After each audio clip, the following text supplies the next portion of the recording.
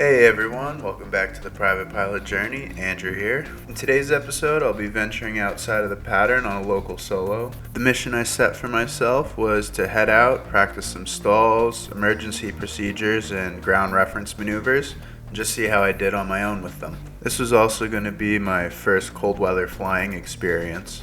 My plan was to get to the airport early as the weather called for clear skies and calm winds. I knew it was going to be crowded, so I wanted to get out and beat everyone. This plan quickly fell apart. When I arrived at the airport, the plane was covered in so much frost that it looked like it had snowed the night before.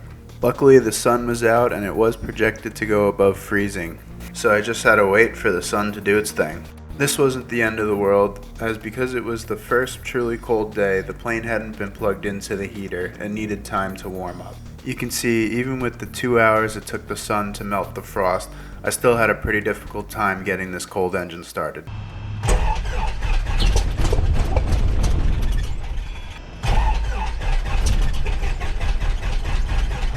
Clear!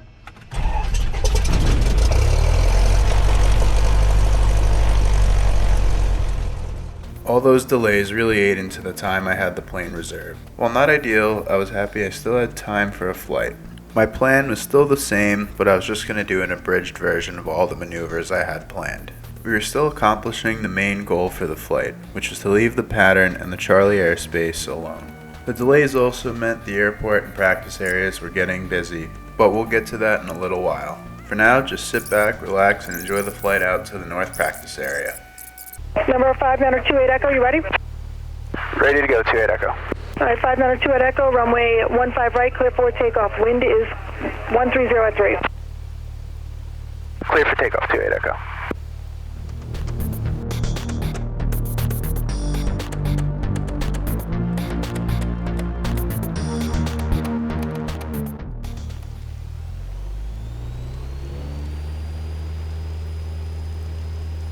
Cherokee 89 Alright, is airspeed's runway 15 live. right, line up and wait. P's and P's are green. Line up and wait, 15 right, Archer 890 go.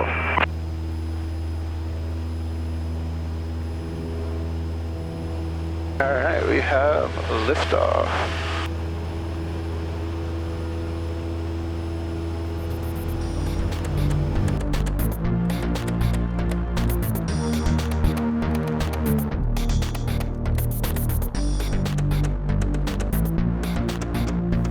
There are a few things that surprised me after I lifted off. The first was my climb performance. I knew in cold weather that my plane would climb a lot better. However, I was still taken aback a bit by just how fast we were heading up. While climbing out, I noticed out of the corner of my eye that my oil pressure was a little on the high side. We were still in the green, but it was definitely at the upper limit of it. I think that even though the engine temperature said green, the oil was still a bit cold and thick, and was causing these higher pressures at full power. I made sure to check on it every few seconds to make sure we weren't out of the green, but as the engine heated up more while we climbed out, I saw the pressure decrease as the temperature went up. When I reached my cruising altitude, I ran into my third surprise. The plane felt like I was a hot air balloon. I leveled off and the plane still kept climbing. What surprised me is how much I had to pitch down to actually maintain my desired altitude. It was an absolutely gorgeous day out. I took some time en route to the north practice area to just take in everything and enjoy the flight. As I got closer, I started to think about the maneuvers I was going to do. My plan was, when I got out there, to do some slow flight, go immediately into some stalls, do an engine out at the end of my stalls, and then do some ground reference maneuvers. New York departure, 28 Echo would like to go VFR. 5928 Echo, radar service terminated. Squawk VFR, frequency change approved. Going VFR, 28 Echo, thanks. Alrighty. Well, what's November 105 do some slow flight. approach, ice about 73034. Full carb heat.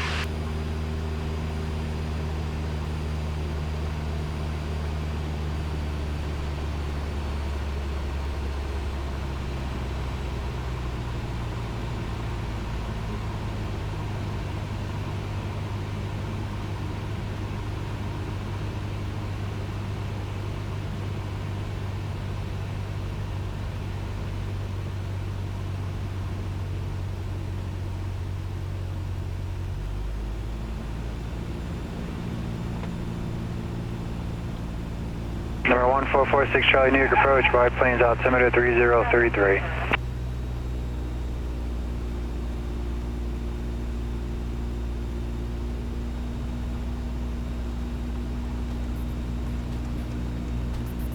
My plan for this slow flight was to hold a heading and altitude for a little bit. Then I was going to climb about 200 feet and level back off, all while holding an airspeed of just over stall speed of about 50 knots. I had planned to do more practice with it, however, my time was limited and it was something that I felt already very comfortable with. I realized while watching my footage back that I need to be more vocal in the cockpit, even when it's just myself. It's a good habit to get into to announce everything verbally. Not only will I have to do it during my check ride, but it'll allow me to catch any mistakes I'm making when I review the footage, and will also make for better content for you guys. You probably noticed that I already exited my slow flight configuration. I had planned to go right into stalls, but there was a little bit of traffic in the area that I needed to avoid. I was also mentally preparing a little bit for the stalls. I realized right before I was going to go into it that I was a little nervous to actually stall the plane on my own. Once I set back up and got in the right headspace, I decided to do a power on stall first, followed by a power off stall.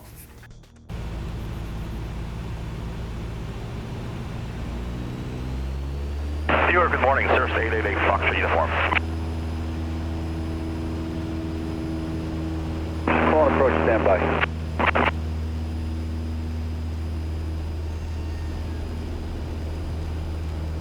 Approach 4 Tango, altitude hour discussion. Number 4 Tango, altitude your discretion. Okay, my discussion, 4 Tango.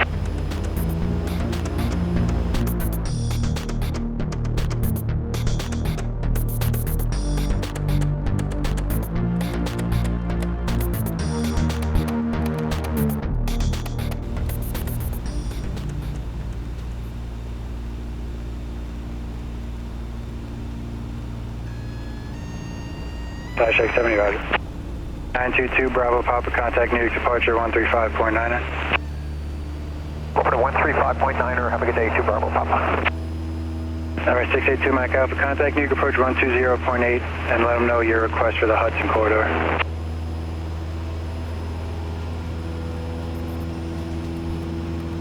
Those couple of stalls definitely weren't my best. I made two key errors during the maneuver. The first was not putting in enough right rudder to counteract the P factor. This led to a situation where my left wing dropped more than my right, which leads to my second error, where I applied aileron during the recovery.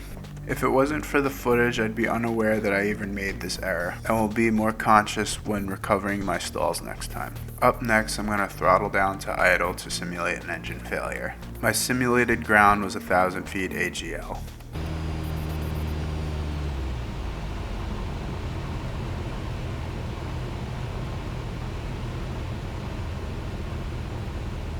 Number 250 Bravo Tango, New York approach, Bridgeport altimeter 3036, advise 80 code Bravo, select visual approach runway 29er.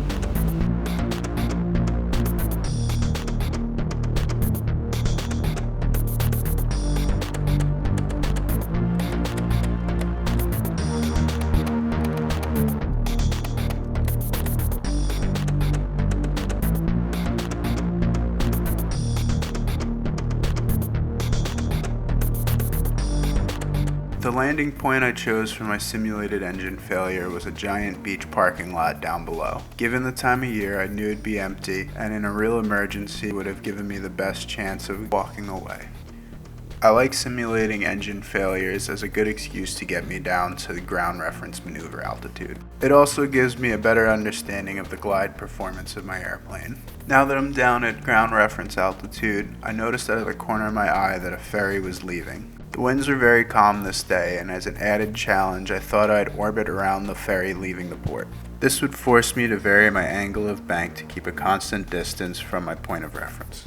I wish I had an additional camera on board so that I could have pointed it at the ferry and give you guys something more interesting to look at. You will be able to briefly see the ferry towards the end of the maneuver, so keep an eye out for that.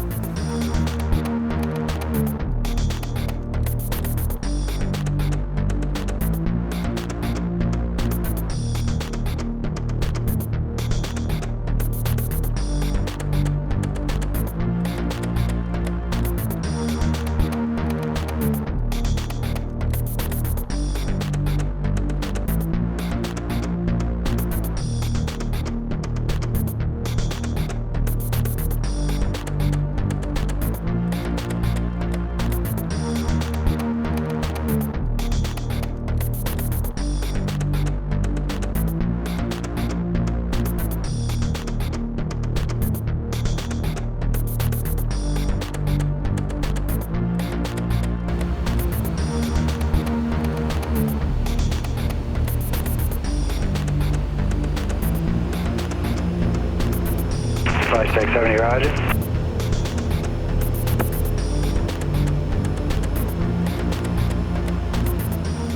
At this point, I noticed over the radio that the airspace had become pretty crowded and wanted to give myself ample time to get back. I'm glad I did, as getting clearance back into the Charlie took a lot longer than I had anticipated. New York approach Cessna 5928 Echo. Calling approach, VFR. Stand by, remain outside class Charlie. Looking 536, radar contact 4 miles northwest of Bridgeport Airport.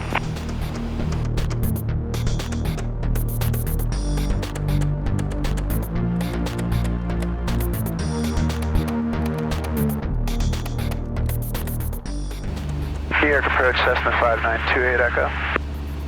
Everybody stand by.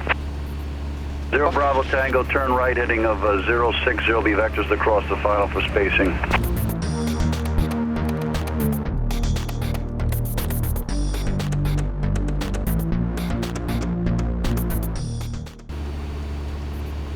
New York approach Cessna 5928 Echoes by the Northport stacks with Delta to land at Islip. And who's going back to Islip? Who's landing Islip? Cessna 5928 Echo.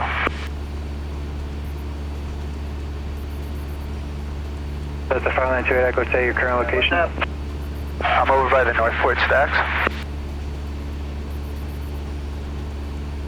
Number 5928 Echo, roger, squawk, 4357 ident. 4357. Number 250 Bravo Tango, 7 miles from Seth, flighting 250, maintain 3000 to establish on approach course, clear on that GPS runway 29er approach.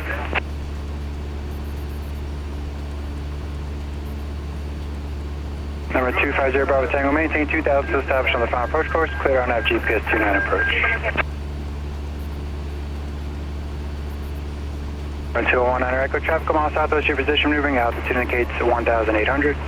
Traffic in sight, 219 Echo would also like to return to Islip with Delta.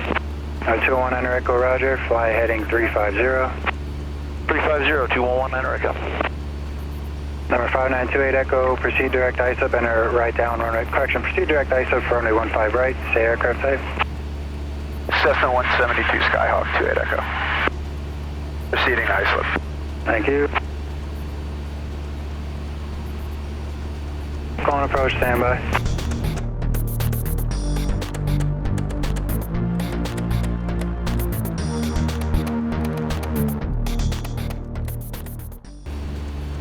Five nine two Echo, towers 19-3. Tower 19-3, 28 Echo.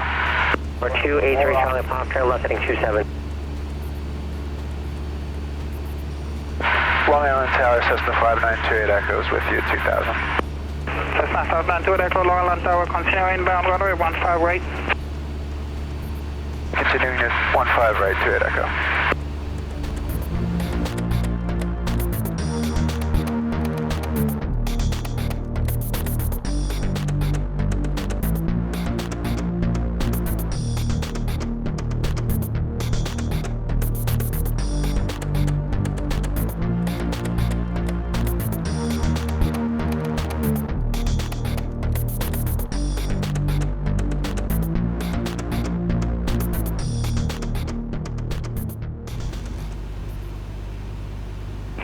November 592 Echo, runway 15 right, wind calm, cleared to land.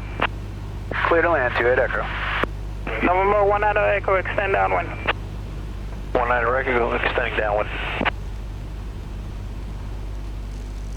Long Island Tower, good morning, 9625, Quebec 1500 for the 15 left for hold set, please. November 9625 Quebec, Long Island Tower, good morning, left downwind, runway 15 left. Left downwind, 15 left, full stop, 25 Quebec. Long Island Tower, Cessna 67286, inbound 15 left. November 869 Golf, make left traffic. Left traffic, 69 Golf. Falcon 26 Hotel Foxtrot, turn base. Turning base 126 Hotel Foxtrot.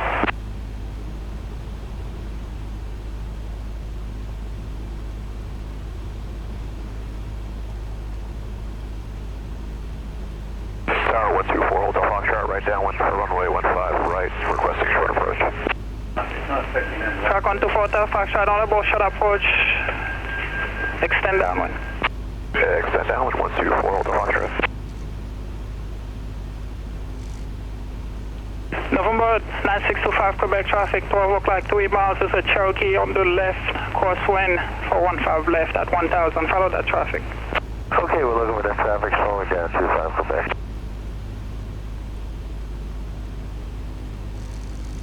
Track 126 Hotel 5 shot, runway 15 right, wind calm, clear touch and go, continue upwind. Clear touch and go, 126 Hotel 5 shot. November 471 Takeoff, I contact departure. Roger, departure, good day, we'll take off. And this will be a full stop for 126 Hotel 5 shot. Track 126 Hotel 5 shot, clear to land. Clear to land, 15 right, 126 Hotel 5 shot. Track 124 Hotel 5 shot, make left 360, return to downwind. Left 360 on the downwind, 124 Foxtrot.